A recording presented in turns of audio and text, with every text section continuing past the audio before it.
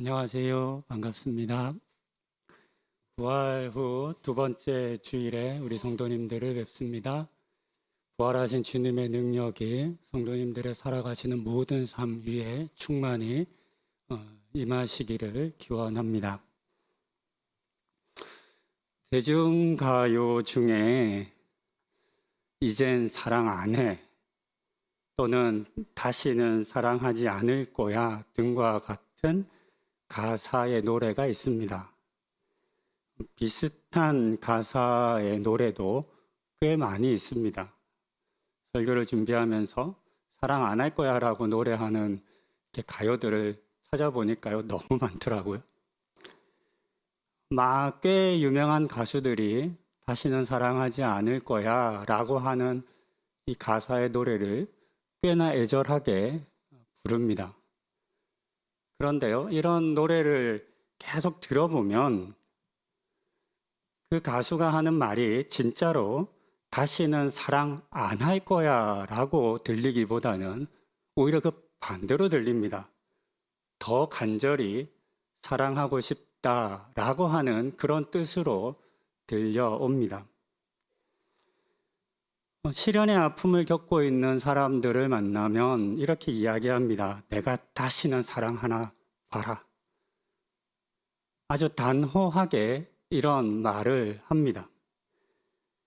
근데 이런 사람들의 이야기를 들을 때도 우리는 그 사람의 말을 있는 그대로, 이제 넌 다시는 사랑하지 않겠구나 라고 듣고 이해하는 사람은 세상에 아무도 없습니다. 오히려 우리는 반대로 듣고 이해합니다. 잊고 싶지만 잊을 수가 없고 사랑하고 싶지만 잘 안 돼서 힘든 마음을 이렇게 반대로 말하고 있는 것이라는 사실을 우리는 잘 알고 있습니다. 그리고 이와 비슷한 사람을 우리는 오늘의 본문에서도 만날 수 있습니다. 도마입니다. 오늘의 본문에 기록된 것처럼 도마는 부활하신 주님께서 제자들에게 나타나셨을 그때에 그 자리에 함께 있지 않았습니다. 그래서 부활하신 주님을 만나지 못했습니다. 뒤늦게 제자들이 있는 곳으로 왔을 때 그는 놀라운 이야기를 듣게 됩니다. 예수님이 부활하셨다는 이야기, 그뿐만 아니라 이곳에 찾아와 주셔서 자신들에게, 다른 제자들에게 그 모습을 보여주셨다라고 하는 소식입니다. 그때 그 자리에 있었던 제자들은 모두 예수님을 다시 만난 것으로 인해서 많이 흥분해 있었습니다. 그리고 도마를 향해서, 그때 함께 있지 않았던 다른 제자인 도마를 향해서 예수님의 부활을 너는 믿어야 한다, 믿어라, 이렇게 이야기를 했습니다. 하지만 도마는 믿을 수가 없었습니다. 직접 예수님을 보지 못했기 때문입니다. 그래서 25절에서 내가 그의 손에 못자국을 보며 내 손가락을 그 못자국에 넣으며 내 손을 그 옆구리에 넣어보지 않고는 믿지 아니하겠노라 라고 하는 유명한 말을 남겼습니다. 이 말을 표면적으로 읽으면 믿지 않겠다라고 한 것처럼 보입니다. 그래서 도마는 이 말 때문에 오랫동안 믿음이 없고 의심하는 사람의 대명사가 됩니다. 2000년 기독교 역사 동안 많은 비난을 받았습니다. 지금도 인터넷 검색창에 믿음 없는 제자, 도마 이렇게 검색해 보시면 수식어처럼 의심하는, 믿음 없는 이런 말이 도마 앞에 붙어 있습니다. 그래서 오랫동안 도마는 많은 비난을 받았습니다.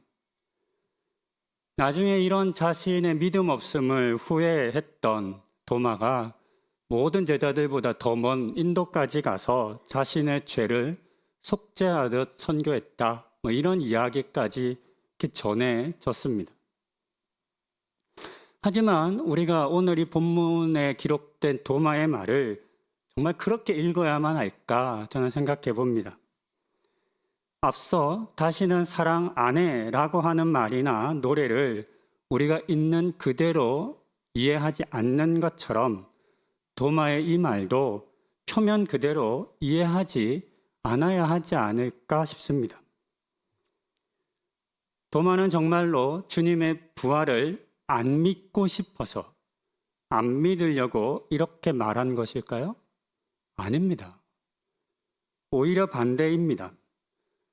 도마는 예수님의 부활을 정말로 믿고 싶었습니다.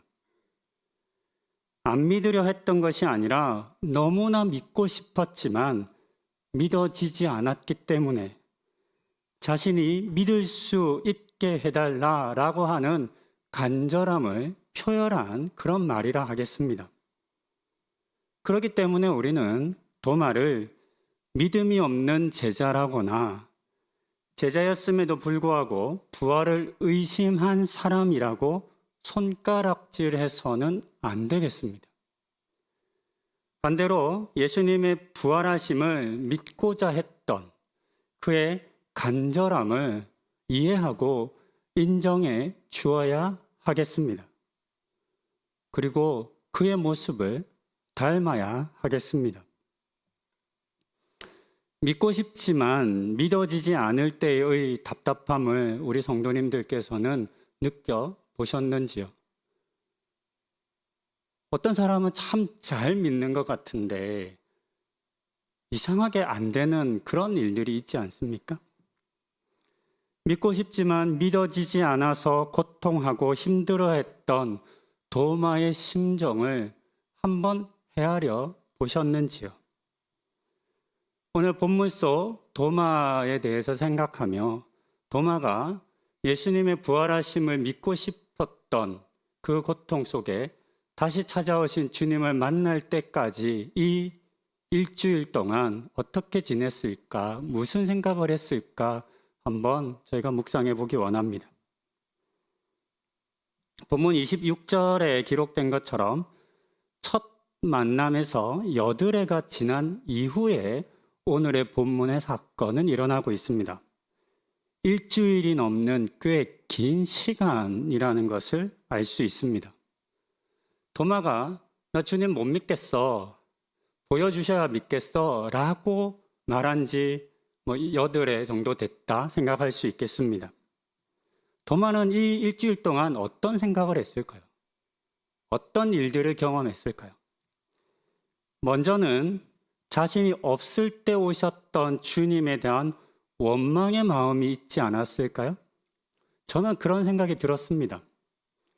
어떤 이유인지는 알지 못하겠지만 다른 제자들이 모두 모여 있을 때 도마는 그 자리에 없었습니다. 하필이면 내가 없을 때 주님이 오셔서 나만 부활을 못 믿는 제자가 되게 하신 것에 대한 원망은 없었을까요? 주님 모든 것 다 아시잖아요? 주님이 제자들이 어디 모여 있는지 아셨으니까 오셨겠죠.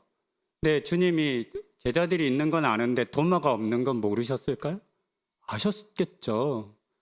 그런데 좀 기다리셨다가 본문의 내용을 보면 도마가 그렇게 늦게 온 건 아닌 것 같은데 조금 기다리셨다가 도마 있을 때 오셨으면 얼마나 좋으셨겠어요? 그러니 도마가 원망했을 수 있을 것 같습니다. 아니면 그때 그 자리에 없었던 자기 자신을 자책하는 시간을 보냈을 수 있습니다. 왜 나는 그때 다른 곳에 있었을까? 다 같이 모여 있는데 왜 나만 뭐 그리 중요한 일 한다고 딴 데 있어가지고 부활하신 주님을 못 만났을까 생각하며 후회하고 스스로를 자책했을 것 같습니다. 시간을 되돌릴 수만 있었다면 도마는 그 시간을 되돌리고 싶었을 겁니다. 그리고 이 한 주 동안 도마를 더 힘들게 한 것은 다른 제자들이었을 겁니다.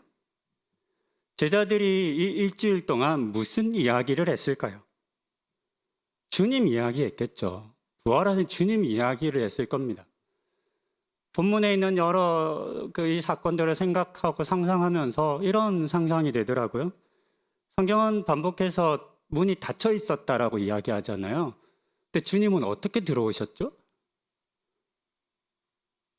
제자들도 그런 얘기했을 것 같아요. 너 혹시 봤냐? 주님 어떻게 들어오셨는지? 몰라. 그냥 들어오셨더라. 문은 열었을까? 아닌 것 같던데? 이런 이야기 하지 않았을까요? 또는 이런 이야기 했을 수도 있을 것 같습니다. 주님 좀 달라 보이지 않았어? 아니, 난 똑같던데?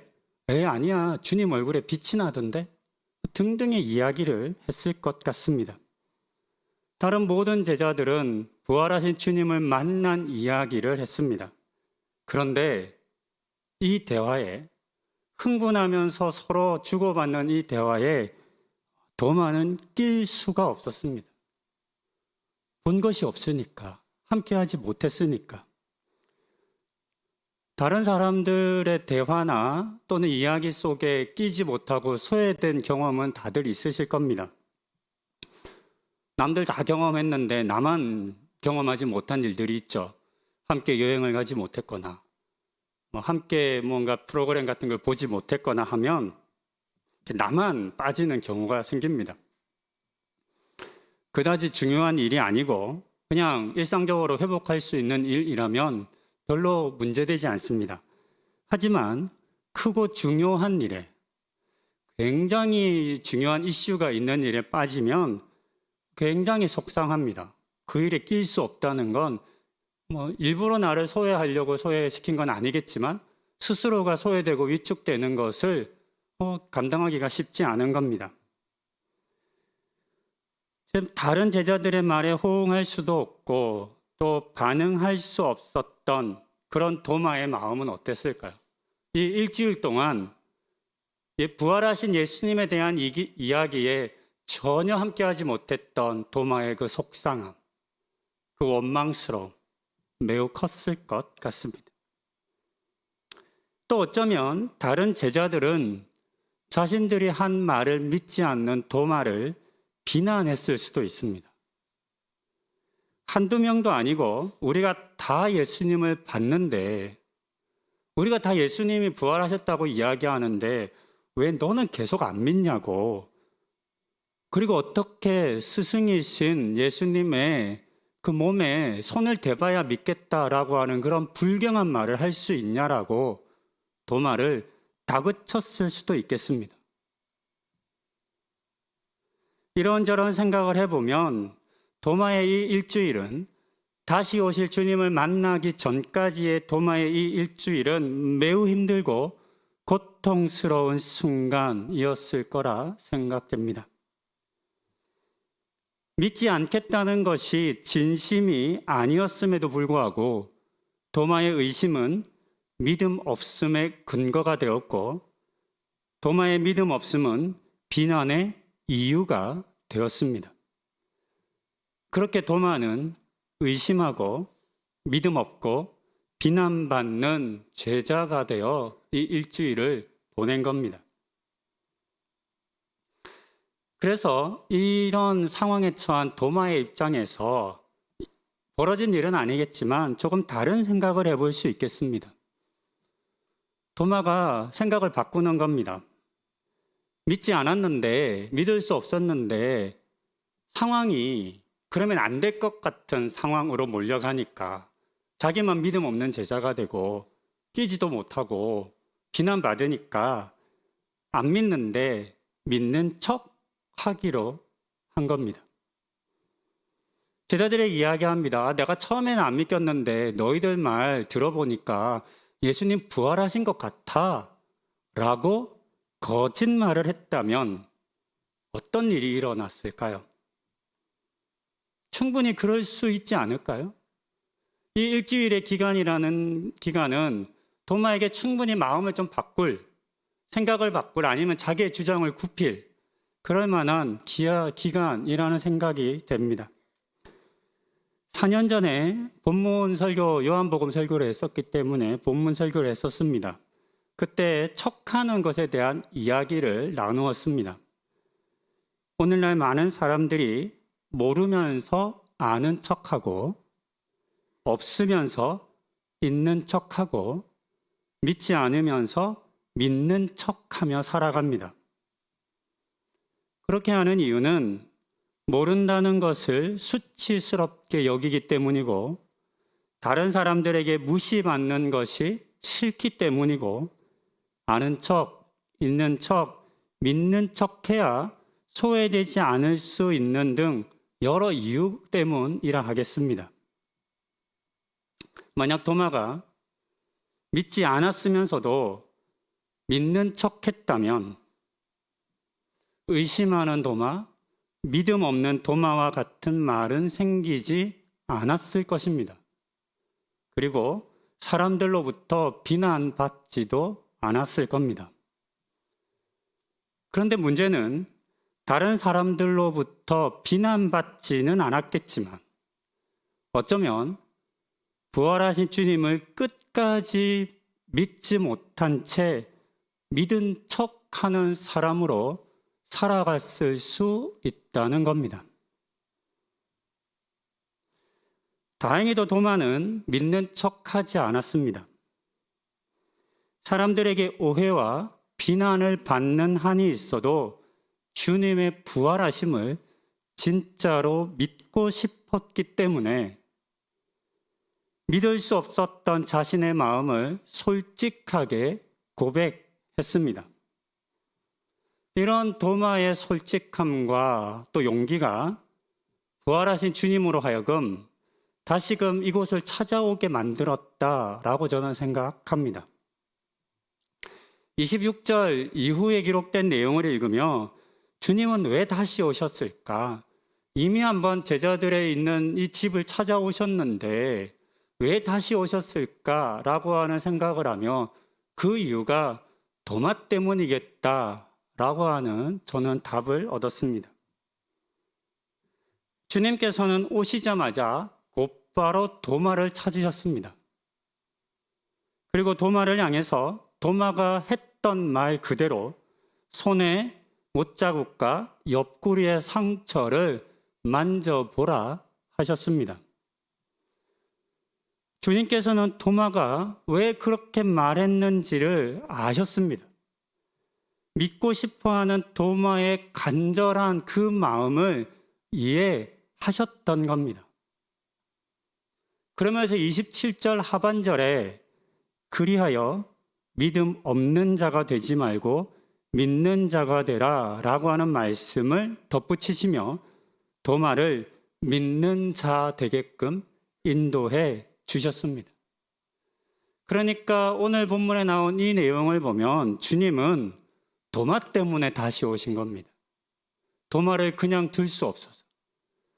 그가 믿음 없는 삶을 살아가지 않게 하기 위해서 다시 찾아오셔서 말 그대로 도마만을 위해 다시 오신 겁니다. 앞서 생각해 보았던 것처럼 도마가 자신의 의심을 숨겼다면 실제로는 믿지 않으면서 주님의 부활하심을 믿는 척했다면 이런 일들이 일어났을까요?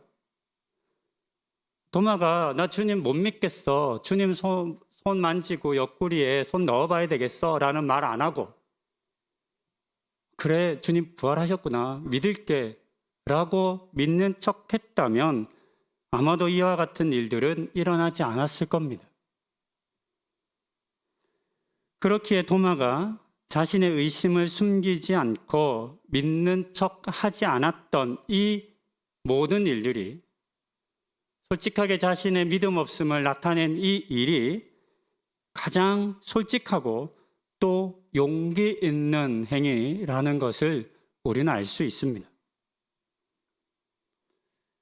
그렇기 때문에 도마는 믿음 없는 사람으로 비난받는 것이 아니라 오히려 자신의 믿음 없음을 솔직하게 인정하고 믿고자 하는 간절함을 숨기지 않았던 용기 있는 사람이라 우리가 해야 하겠습니다. 그런 모습을 존경해야 하겠습니다. 도마를 향한 예수님의 모습은 오늘 우리에게 큰 위로와 또한 격려가 됩니다. 못 믿겠다. 라고 하면 책망받을 것 같은 걱정이 우리에게도 있습니다. 난 못 믿겠으니 확인해 봐야겠어 라고 말하면 도마처럼 믿음 없는 사람이라 낙인 찍힐 것 같은 두려움이 우리에게도 있을 수 있습니다. 하지만 오늘 본문에서 주님께서는 도마를 책망하지도 비난하지 않으셨습니다. 오히려 도마 때문에 다시 오셔서 자신의 부활하심을 보여주셨습니다. 못 믿겠으면 못 믿는다 말해야지 못 믿으면서 믿는 척하면 안 됩니다. 그러면 나의 믿음 없음을 아시고 오셔서 믿게 해 주실 그 주님을 만나지 못하게 됩니다. 그렇게 되면 우리에게는 구원도 생명도 없습니다. 정작 우리가 살아가는데 중요한 것은 사람들의 평가나 조롱이나 무시가 아닙니다. 평생 믿음 없는 제자 도마라고 하는 수식어가 붙었다 하더라도 도마는 부활하신 주님을 믿는 믿음을 가졌고 그것이 그를 구원하였음을 우리는 기억해야 합니다. 이런 도마처럼 우리도 진짜 믿는 사람이 되는 것이 다른 무엇보다 중요합니다. 말씀을 정리합니다. 사도 요한이 도마의 사건을 매우 자세하게 기록하고 있습니다. 다른 본문에 이런 내용이 없잖아요. 굉장히 자세하게 도마의 이야기를 기록한 이유는 요한이 도마를 비난하기 위해서가 아닙니다. 의심 많고 믿음 없었던 사람이라는 것을 이렇게 까발려서 도마보다 자기가 뛰어남을 나타내기 위함도 아닙니다. 도마의 사건을 통해서 도마의 모습을 통해서 예수를 믿는 자가 되는 것이 중요하다라는 것을 그것이 가장 중요한 일이라는 것을 보여주기 위함이었습니다. 그리고 이 글을 읽는 오늘의 의심 많은 우리와 같은 사람들에게도 걱정하지 말라고. 그 의심을 해서라도 우리 주님 만나고 믿는 것이 중요하다는 사실을 알려주기 위해서입니다. 오늘 본문 31절을 보면 이렇게 기록합니다. 오직 이것을 기록하면 너희로 예수께서 하나님의 아들 그리스도이심을 믿게 하려 하며 또 너희로 믿고 이 이름을 힘입어 생명을 얻게 하려 합니다. 이 책을 기록한 전체적인 이유가 믿게 하려 한다는 사실을 요한이 밝힙니다. 이 믿게 하려 함이 27절에서 예수님께서 하신 그 말씀이죠. 믿는 자가 되어야 한다. 똑같은 맥락입니다. 그렇기 때문에 요한은 이 도마의 사건을 기록해서 우리에게 보여주는 겁니다. 중요한 거, 진짜 중요한 거 뭔지 알아? 비난받는 거, 소외되는 거, 무시당하는 거, 사실 그거 별로 중요한 거 아니야.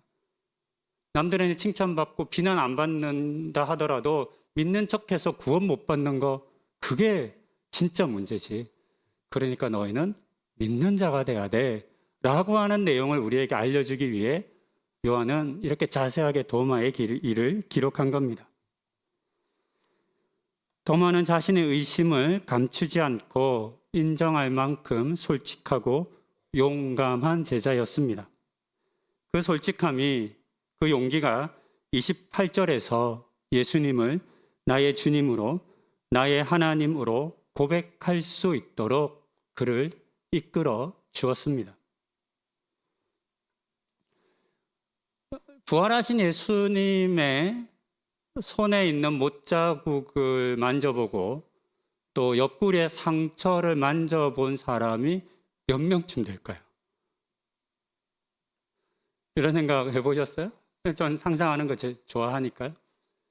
첫 번째 나타났을 때 주님이 보여주시기만 했지 제자들이 만졌다는 기록이 없더라고요. 근데 도마가 만졌을 것 같아요. 저는 도마가 진짜로 주님이 오셔서 만져봐 라고 했을 때 쭈뼛쭈뼛한 게 아니라 만졌을 것 같아요. 그냥 이건 제 생각일 수 있겠지만, 제 해석일 수 있겠지만 부활하신 주님의 그 상처를 만져본 그런 기억은 평생 잊혀지지 않는 기억이잖아요. 흔들릴 수 없는 믿음이 되잖아요. 그 사람은 도마 한 명밖에 없어요. 주님을 직접 만져서 그 부활하심을 확인한 제자는 도마밖에 없어요. 그러니까 사람들이 도마가 죄책감에 못 이겨 인도까지 가서 선교했다 이렇게 이야기하는데 전 반대로 해석하는 거예요.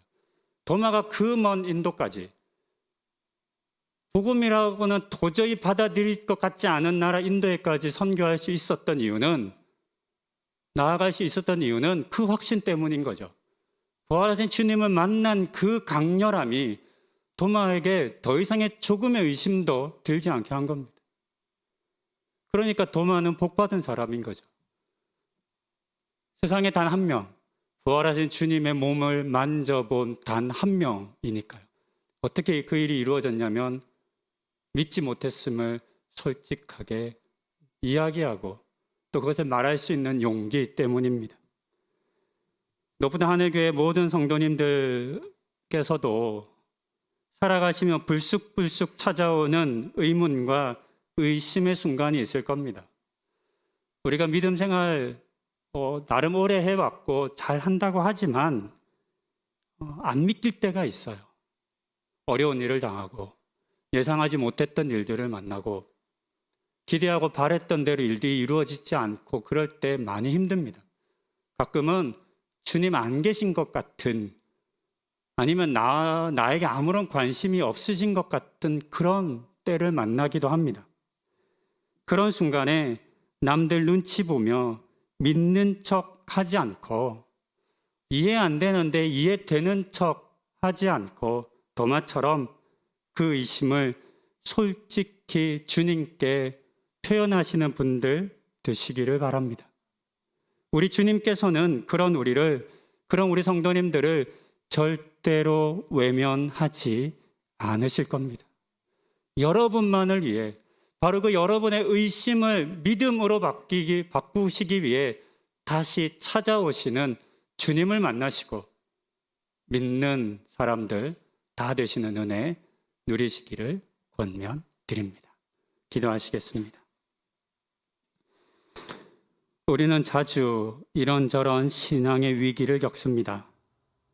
갑자기 아플 때도 있고 아무리 부르짖고 기도해도 문제가 풀리지 않을 때도 있고 내가 원하고 바라는 것과는 다르게 일이 진행될 때도 있고 이런 여러 일들을 만날 때 우리의 신앙은, 우리의 믿음은 쉽게 흔들립니다. 그럴 때 이 흔들림을 숨기지 않게 하옵소서. 도마처럼 못 믿겠다고 말하게 하옵소서.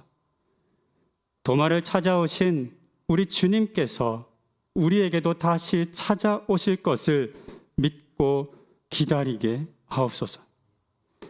그렇게 우리 성도님들께서도 믿음 없는 자에서 믿는 자가 되는 은혜를 누리게 하옵소서. 이 모든 말씀 우리 주 예수 그리스도의 이름으로 기도드립니다. 아멘.